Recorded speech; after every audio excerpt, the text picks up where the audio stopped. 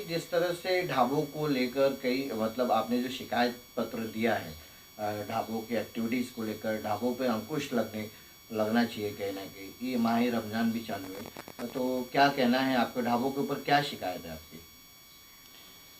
देखिए, मैं विश्व मानव अधिकार परिषद की राष्ट्रीय सचिव हूँ और राष्ट्रीय सचिव होने के नाते मेरे पास जो कंप्लेंट्स आ रही थी ढाबे से रिगार्डिंग, तो मेरा फ़र्ज़ बनता था कि उसके ऊपर मैं एक्शन लूँ। हालांकि अभी फ़िलहाल माह रमज़ान चल रहा है, तो मैंने सोचा था कि इसको हम लोग रमज़ान के बाद इसको प्रॉपरली तरीके से करेंगे, लेकिन कंप्लेंट्स जो हैं उसकी लिस्ट बहुत लंबी होती जा रही है। एक तो हमारा जो आज का जो नौजवान पीढ़ी है, वो रात को 3-3 4-4 बजे तक ढाबे पर बैठा हुआ मिलता है आपको। दूसरी बात, हुक्का फूकते हुए मिलता है आपको, विच इज़ टोटली इल्लीगल। इसके अलावा वहाँ पर आप देखेंगे कि 18 से कम उम्र के लोग जो हैं, बच्चे हैं, वो वहाँ पे आपको अक्सर काम करते हुए दिखेंगे और ऐसे करीबन 40-50 लोगों का स्टाफ मिल जाएगा। तो क्या ऐसे ढाबे वालों के पास में इसका परमिशन है? चाइल्ड लेबर पे ये लोग बच्चों से काम करवा रहे हैं, तो क्या ये जायज़ है? इसके अलावा जो खाने ढाबे में सर्व किए जाते हैं, वो खानों का क्वालिटी क्या एफएसआई से चेक किया हुआ है? इसमें जो मसाले यूज़ किए जाते हैं, उससे मैंने ऐसे कई कंप्लेंट सुनी जहाँ पर हेल्थ इश्यूज़ हो रहे हैं ढाबे के खाने को लेकर। आज भिवंडी की ज़्यादातर जो पब्लिक है, उसमें बहुत सारे लोग हैं जो रिक्शा चलाते हैं या ओला ड्राइवर्स वगैरह हैं, जो दिन की कमाई बहुत यहाँ वहाँ करने के बाद 1,000 रुपये आती है, लेकिन घर में आते ही बच्चों की फरमाइश या घर वालों की फरमाइश हो जाती है कि भाई ढाबा लेके चलो, और ऐसे में उस बेचारे के 1,000 रुपये, 1 से 1,500 रुपये वहीं खर्च हो जाते हैं। तो कहीं ना कहीं हमारे इकोनॉमी को भी इम्बैलेंस कर रहा है। तो मैंने देखा कि ये बहुत बड़ा सोशल थ्रेट है, बहुत बड़ा इकोनॉमिक थ्रेट है हमारे समाज को, और इसके अलावा इनके पास कोई लाइसेंस नहीं है। और एक चीज़ इसमें और है कि ये जो लोग हैं ढाबे वाले हैं, ये लोग अम्यूज़मेंट्स चलाते हैं, मतलब कि झूला चलाते हैं, वीडियो गेम्स चलाते हैं। तो क्या इनके पास इसका परमिशन है?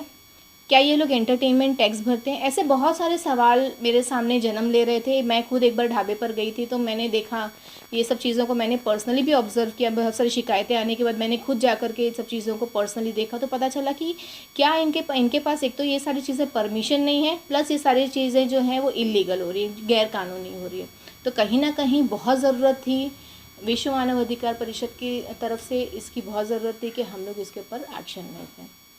तो आपके पास जो शिकायत आई है, उस शिकायत को आप कितनी गंभीरता से ले रहे हैं? माह रमज़ान भी चालू है, लोग ढाबे पर जाते हैं, रात में काफ़ी देर तक मतलब सुबह सहरी के लिए भी लोगों को करना पड़ता है। तो उसके लिए आप मतलब ये जो कदम आप उठा रहे हैं, किस तरह से मतलब सही है या क्या है? नहीं, मुझे लग रहा है कि हमारा जो यूथ है वो आजकल, और एक आप देखेंगे एक बहुत बड़ा वर्ग है जो रात को ढाबे पर 3 बजे 4 बजे तक ढाबे पर बैठा होता है, सिर्फ हुक्के की जो धुएं में अपनी ज़िंदगी को उड़ाते जा रहा है।